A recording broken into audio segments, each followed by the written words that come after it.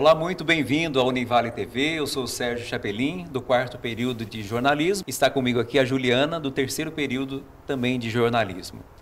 E nesse momento nós vamos debater um tema que aprofunda e muito em relação à família. O abuso e a negligência infantil são questões profundamente perturbadoras que afetam não apenas as crianças diretamente envolvidas, mas toda a nossa sociedade. E é fundamental entender sinais de alerta, a gravidade dessas situações e que podemos agir para oferecer proteção e suporte às vítimas. Está com a gente a Romária e a Gisele e nós vamos deixar ela se apresentar e falar para a gente quanto tempo de profissão e os desafios que enfrenta nesse processo que nós vamos, a partir de agora, conversar com vocês. Bem-vindas. Obrigada. Olá, eu sou Romária Evangelista, estou conselheira tutelar de Governador Valadares há 8 anos e esse enfrentamento às questões de violência é uma causa. E todos nós que estamos dentro da sociedade devemos compreender que criança e adolescente é um direito e uma responsabilidade de todos. Não só enquanto servidor, enquanto profissional, mas de um modo geral, essas crianças serão o nosso futuro, né? Os nossos adultos de amanhã. Às vezes sempre gera uma pergunta, é por amor ou apenas profissão? Quando a gente consegue juntar a causa à profissão, se torna algo mais leve, mais duradouro, e eu consigo hoje enxergar como algo gratificante. Gisele, bem-vinda. Obrigada. Eu sou Gisele, trabalho no conselho já há 4 anos, né? Também tenho clínica, faço atendimento a crianças, adolescentes, é o meu nicho. E nós estamos assim, trabalhando, né? Nós trabalhamos nisso no conselho, isso é um assunto, né? É um dos nossos atendimentos, inclusive maiores hoje dentro do nosso conselho tutelar, né? Essa questão do abuso e da violência infantil. A mesma pergunta, amor ou apenas profissão? Os dois. Tanto amor quanto profissão, né? Porque é algo que quando você começa a trabalhar, você percebe assim, você já inicia aquilo com amor, mas quando você vai trabalhando, você vai percebendo o quanto que o seu trabalho vai fazendo efeito, né, na vida das pessoas, aquilo só cresce cada vez mais. Romária, fala pra gente como funciona o trabalho do Conselho Tutelar e quais são os maiores desafios ao lidar com o caso de abuso e negligência infantil. Então, o Conselho Tutelar é um órgão que ele não está atrelado ao sistema de justiça, então, institucionalmente falando, ele é autônomo nas suas decisões. O Conselho Tutelar trabalha em colegiado. A lei determina que cada município tenha no mínimo um Conselho Tutelar e, de acordo com a quantidade de habitantes, o Governador Valadares hoje possui 2 conselhos tutelares. E a questão da nossa competência, nós trabalhamos por área territorial, o marco de divisão para saber o que é região 1 e o que é região 2 é a BR-116. Então, quando a gente está ali de frente para Ibituruna, na BR-116, se você olhar sentido Santa Rita, toda a área de abrangência pertence à região 1 e sentido centro, toda a área de abrangência pertence à região 2. E a forma com que a gente trabalha enquanto Conselho Tutelar, o artigo 136 do Estatuto da Criança e do Adolescente prevê quais medidas o Conselho Tutelar pode estar aplicando e o artigo 98 também determina em razão de quais condutas o Conselho Tutelar pode aplicar essas medidas. Recebe uma ligação de uma denúncia, quais os passos vão sendo dados a partir daí? Recebi uma ligação de uma denúncia, quais são os passos aí por diante? Primeiro momento, a gente tem o corpo administrativo no Conselho Tutelar que atende prontamente a comunidade, seja através de denúncia anônima, atendemos também através de identificação na própria sede, quando a pessoa quer se identificar, ou até mesmo denúncias vindas do Disque 100. A forma com que o Conselho Tutelar observa esse tipo de denúncia é para saber se temos competência técnica para atuar. Quando a gente fala de abuso, devemos compreender que é o excesso em algum tipo de extrapolação de cuidado ou até mesmo quando há o excesso na questão das violências. Então, antes a gente tratava tudo quanto é violência como abuso. E hoje nós temos uma lei que determina que nenhum tipo de violência deve ser aceito. Que infelizmente nós tivemos aí uma vítima, que foi Henri Borel, que deu essa lei a partir de 2022. Então, todas as vezes que a gente observa que uma criança ou um adolescente está envolvido num contexto de violência, devemos compreender de quem é a competência técnica de apurar essa situação de pronto. Tratamos de violência e entendemos um crime. Então, a polícia precisa ser acionada de pronto e o conselho tutelar, ele vai ser posteriormente ao atendimento da polícia, talvez receptivo a essa situação. Então, devemos compreender o que é uma negligência e o que é uma violência. Situações de negligência são várias. E por isso o Conselho Tutelar, ao triar essa denúncia, ele já compreende para quem ele vai estar encaminhando. Se vai ser o próprio Conselho que vai atuar ou se vai ser um outro serviço da rede de proteção. Romária, é um prazer ter você aqui na Univale TV. Obrigada.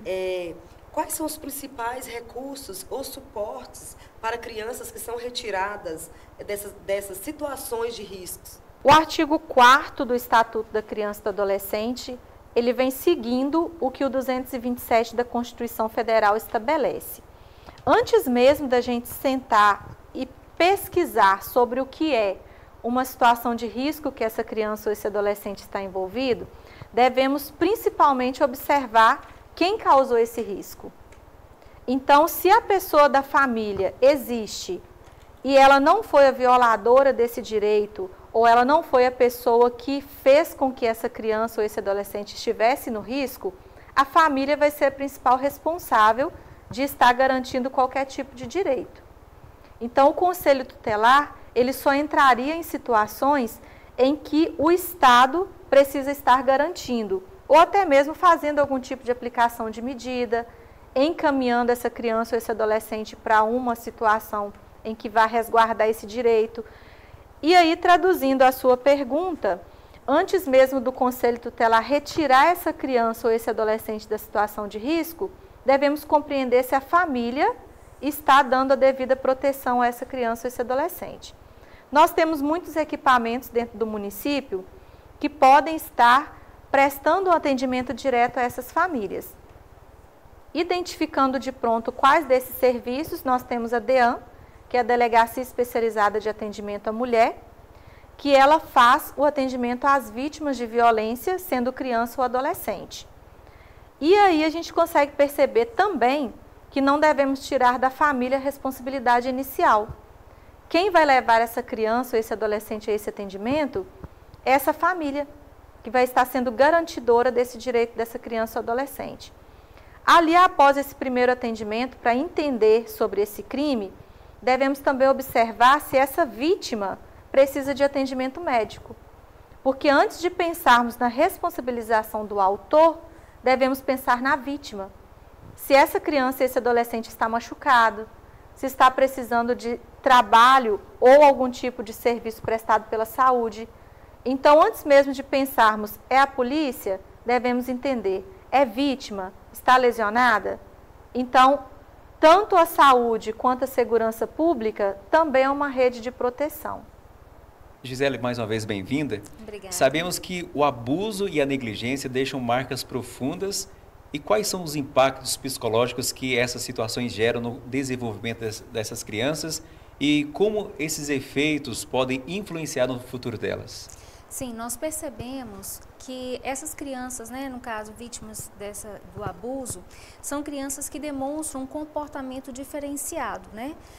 Normalmente são crianças que elas ficam mais tímidas, elas buscam assim ficar mais isoladas. São crianças que em alguns momentos elas vão também algumas crianças elas vão trabalhando mais, assim, expondo mais agressividade. São pessoas que crianças que não eram agressivas e que mudam o comportamento dela. Então, assim, são crianças que ficam traumatizadas, né? A gente vê muitos transtornos psicológicos. Crianças que trabalham, essa questão também trabalha muito a autoestima da criança, né? Também é afetada. tratada, a confiança, a relação de confiança dela com relação às pessoas, né? Então, assim, são vários traumas, vários traços que a gente percebe, né? Que uma criança que sofre essa situação, ela acaba levando isso para a vida dela toda, né? E quando a gente fala assim dessa criança no futuro, a gente vê que essa criança vai ser uma criança que, se não tratada, né, ela vai ter vários problemas, às vezes, no relacionamento, né, interpessoal, no trabalho, familiar. São pessoas que têm uma dificuldade muito grande de se manter num relacionamento, né, de conseguir conviver com as pessoas. E são pessoas que ficam muito assim propícias até ter depressão, ansiedade. E sobre esse caso, talvez cada um faz um atendimento particular, mas dentro desse atendimento, alguém mais próximo, vocês conhecem alguém que já passou por esse processo do abuso? Algum de vocês duas? Sim. Em relação aos atendimentos do Conselho Tutelar, a gente não pode expor, porque os casos são todos sigilosos, mas eu posso falar da minha vida pessoal.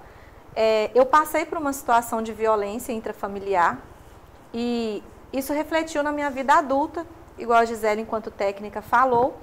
Todas as vezes que uma criança passa por contexto de violência, seja física, sexual, seja violência às vezes até patrimonial, porque a lei hoje elenca todos os tipos de violência, e isso não é tratado em tempo, principalmente ali na primeira infância dela ou na adolescência, isso vai trazer algum tipo de reflexo sim na vida adulta. E quando a gente fala da violência sexual e a violência física propriamente dita, são questões que acabam refletindo até mesmo na maneira e na forma da pessoa socializar ou até mesmo demonstrar algum tipo de afeto nas suas relações adultas. Olá, Gisele. É um prazer ter você aqui na Univale TV. E como cuidadores e professores podem ajudar a identificar essas crianças com apoio? Sim. É importante ficarem atentos a mudanças de comportamento, né? Crianças que normalmente eram mais extrovertidas, que eram comunicativas, normalmente quando elas passam por uma situação de abuso, elas ficam mais restritas, né? Elas se isolam mais, não buscam não conversar. Então, assim, ou outras crianças, como eu já havia falado, elas se tornam mais agressivas. Crianças que eram assim totalmente tranquilas, elas ficam mais agressivas, às vezes na fala, no comportamento, começam a bater. Então a gente percebe que essas mudanças todas ocorrem, né? A escola, né, os professores, o ambiente familiar, são locais onde a gente percebe muito isso, que são pessoas que estão ali convivendo diariamente, né, com essa criança. Então ele já tem aquela noção de como que é o comportamento da criança, como que era o comportamento e como que ela está nesse momento. Então, assim, observar, essa é a palavra certa, observar as crianças, observar o que elas falam, porque tem muitas crianças que conseguem em algum momento, às vezes, achar um momento de querer extravasar alguma coisa ou falar alguma coisa, mesmo que ela não fale completamente o que aconteceu, que às vezes é muito difícil para a criança se expor, né, porque ela tem mais assim restrito, medo, né? Ela consegue às vezes falar em uma fala, né, diferente, assim, o professor ficar atento a essas observações. Então são esses comportamentos que devem ser assim atentos, ficar atentos, avaliados, tá? Romária, a gente falou sobre comportamentos e sinais de crianças abusadas. E para o abusador, existe algum perfil? Então, há uns anos, digamos assim, 15, 20 anos, conseguimos ver alguns estudos de pessoas que traçavam perfis para abusadores. Mas hoje conseguimos perceber que não há um perfil para abusador. Existe sim um perfil de crianças que podem ser abusadas, porque quanto mais vulnerável está a criança, mais próximo esse abusador vai conseguir chegar dela. Quanto menos orientada for essa criança, mais o abusador vai conseguir a atenção dela e até mesmo confundi-la. A relação de carinho, cuidado e abuso tem uma linha muito estreitinha entre ela, porque a criança não consegue identificar o que é uma pessoa abusadora se ela tratar aquela violência de uma forma menos incisiva. Isso significa que maior parte das pessoas que provocam ou que cometem violências físicas ou sexuais em desfavor de crianças, psicológica também. Mas algo que a criança possa sentir ali e expressar através da dor, através daquele prejuízo físico causado, é uma pessoa que está próxima daquela criança. Então, a criança confia naquela pessoa porque é alguém do convívio dela, é alguém que está ali no dia a dia dela. E por isso, existe uma diferença muito grande entre orientação da sexualidade e as famílias conseguem confundir isso com orientação sexual. Quando eu trato a criança com respeito e com zelo em relação ao que é o próprio corpo dela, em relação às questões do que é um carinho e o que é uma violência, ela já vai conseguir identificar desde os primeiros anos de vida o que é um carinho bom e o que é um carinho ruim, que chega a ser uma violência ou um abuso. Gisele, e por que é tão importante que essas denúncias sejam feitas de forma rápida? A forma mais rápida da gente ajudar essas crianças a sanar, né, sair dessa situação, para que evite que esse trauma, esses problemas psicológicos e emocionais se prolongue, né, e que a criança seja assim exposta a essa situação. Então, quanto antes a gente denunciar, quanto antes a gente falar sobre isso, é o ideal. Então, quanto mais rápido descobre, melhor, mais rápido também mais rápido a criança pode ser ajudada, né? Retirada daquela situação. Vamos dizer assim, não diminuir o sofrimento dela. Não prolongar. Não prolongar. Então, quanto mais tempo eu demoro a fazer a denúncia, mais tempo demora a recuperação de quem é abusado. Não necessariamente nessa ordem, mas quanto mais rápido a gente denunciar, mais eu estou tirando aquela criança daquela situação de violência que ela está vivenciando. Então, assim, imagina uma criança sendo violentada constantemente, ou assim que eu observei que houve uma mudança, eu vou ali e retiro aquela criança, ou faço alguma observação ali, vejo o que está de diferente, eu vou auxiliar muito mais rápido aquela criança. Então, um trauma que poderia ser colocado a longo prazo, né? São crianças que ficam assim, às vezes tem pessoas que demoram até para poder tratar isso, né? Então, são sequelas, às vezes, até irreversíveis na vida de algumas pessoas, de algumas crianças, né? Então, assim, se a gente fizer a denúncia rápida, a gente consegue amenizar essa situação, amenizar a situação dela. O grande número de denúncias hoje, depois que o caso é exposto e até mesmo o tema é mais divulgado, o número de denúncias aumenta ou baixa? Quanto maior for a divulgação sobre o tema, mais isso alarma. Então, o número de denúncias acaba aumentando, principalmente ali no 18 de maio, em que trata-se do combate às violências, em que trata-se da questão do cuidado para evitar a violência sexual, principalmente, porque tem um histórico já sobre esse 18 de maio, o porquê dele. Então, teve uma criança que foi violentada e assassinada em relação da violência sexual, violência física. E hoje nós temos uma observação a se fazer que não existe uma data própria para tratar esse assunto. Esse assunto ele precisa ser tratado o ano todo, da mesma forma que a gente educa uma criança a se alimentar, a se cuidar quanto à higiene, é necessário que a gente também eduque essa criança sobre a sexualidade dela. Em se tratando da questão do número de denúncias, mais uma vez eu friso aqui, é importante que a gente saiba que quando uma pessoa expõe uma criança a uma situação envolvendo crime, essa pessoa, se não denunciar, ela responde por omissão. Então, a responsabilização criminal dela é a mesma pena daquele que praticou o crime. E aí, isso deixa muito claro, muito evidente, que criança e adolescente é dever de todos. Tanto que a lei traz ali, bem dito, que é dever da família, da comunidade, da sociedade e do Estado.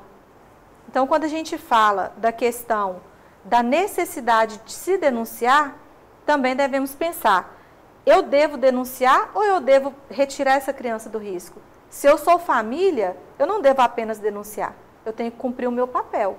Seja família natural, família extensa, seja até uma família ampliada, que são os padrinhos, amigos próximos dali, se estão vislumbrando que aquela criança está exposta a uma condição de risco, Eu devo cumprir o meu papel social e não esperar que o Estado vá até lá para fazer primeiro, porque a vida daquela criança está em jogo. De repente, o tempo que eu gasto fazendo uma denúncia é uma vida que eu estou poupando. Então, eu, enquanto sociedade, eu, enquanto família, eu retiro essa criança do risco e depois eu penso no papel burocrático de se fazer. Ou, em contrapartida, eu posso fazer as duas coisas. Passar para o Estado a responsabilidade dele, mas não ser omissa, enquanto sociedade, na minha responsabilização. Só acrescentando, eu acho interessante que quando a gente faz essas campanhas na escola, né, em outubro, algumas crianças que já passaram por alguma situação assim, elas começam a fazer as denúncias espontâneas, as falas espontâneas. Olha, tia, eu já passei por isso. E assim, algumas crianças, elas começam a mostrar alguns comportamentos, quando escuta falar, explicar o que é o tema, né? Então, elas já ficam assim, procuram a gente depois. E uma vez que a criança é retirada de uma situação de risco, como é o processo de recuperação emocional dela? Quando a criança ela foi retirada dessa situação, é necessário a gente fazer um acompanhamento psicológico com ela, né? Inclusive, a gente até indica a especialização que é cognitivo-comportamental, né? Que ela é mais incisiva e auxilia mais nessa questão. Então, a gente orienta que a família, né, deve procurar esse atendimento. O quanto tempo que vai ser de acordo com o processo, né? Vai depender de acordo com a criança mesmo, com o desenvolvimento dela, de acordo com a terapia, o que ela vai apresentando, né, no processo terapêutico que a gente vai avaliando. Mas é terapia e outra coisa, apoio familiar, apoio das pessoas que estão ao redor. Essa criança, ela precisa ser acolhida, essa criança, ela precisa se sentir segura com as pessoas que elas estão, até porque elas acabam, essa questão da confiança dela, né, da autoestima dela, fica muito ameaçado. Então, ela fica sem saber, assim, em quem confiar, em quem eu posso saber que eu estou segura. Então, é necessário a gente ter essa visão, essa preocupação com essas crianças, esse apoio familiar, esse acolhimento. Chegamos ao fim do programa, mas esse é um assunto que precisa continuar em pauta. Sim. Proteger nossas crianças é uma responsabilidade de todos. Queremos agradecer mais uma vez a nossas convidadas Gisele e Romária por compartilharem com a gente as suas experiências e conhecimentos. E também a você que nos acompanhou até aqui. Lembre-se, não fique em silêncio. Denunciar salva uma vida.